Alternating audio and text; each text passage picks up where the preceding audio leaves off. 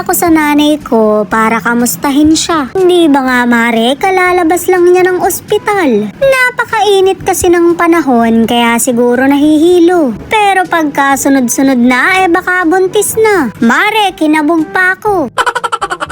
Pinagayak ko nga yung nanay ko dahil maglalamyerda kami. Doon muna kako kami sa malamig dahil sobrang init dito sa bahay. Saktong at sira na rin pala yung salamin niya kaya bibilan ko na ng bago. Laglag na yung isang lens kaya papalayain na namin. Makakapagtantos na siya ng maayos sa bingo dahil lilinaw na yung mata niya. Hindi na rin siya masasalalak sa sampayan kapag lumilipad siya.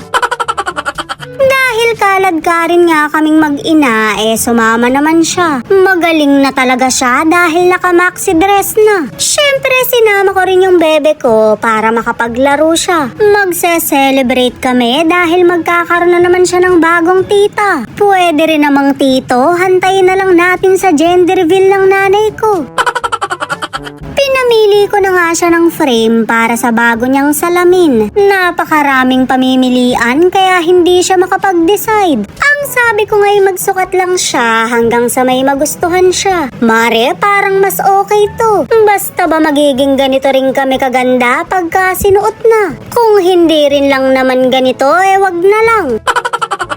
Habang nagpapacheck nga kami ng mata, nagmamahal-mahala naman yung mag-ama ko. Mukhang masayang masaya talaga sila kahit wala ako. Naiisip ko tuloy parang panggulo na lang ako sa buhay nila. Ako yung umiri sa'yo pero kayo pa yung mas close. Kung alam ko lang mare, pinahid ko na lang sana sa kumot.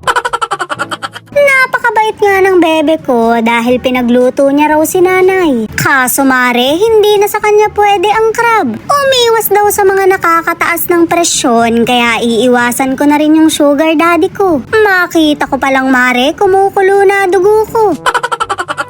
O diba, namimili na agad ng gamit yung bebe ko. Napakalayo pa ng pasukan pero iting-iting na. Hindi na nga lapis yung binili niya kundi ballpen na. Sobrang excited nang gumamit ng ballpen, napakatamad namang magsulat.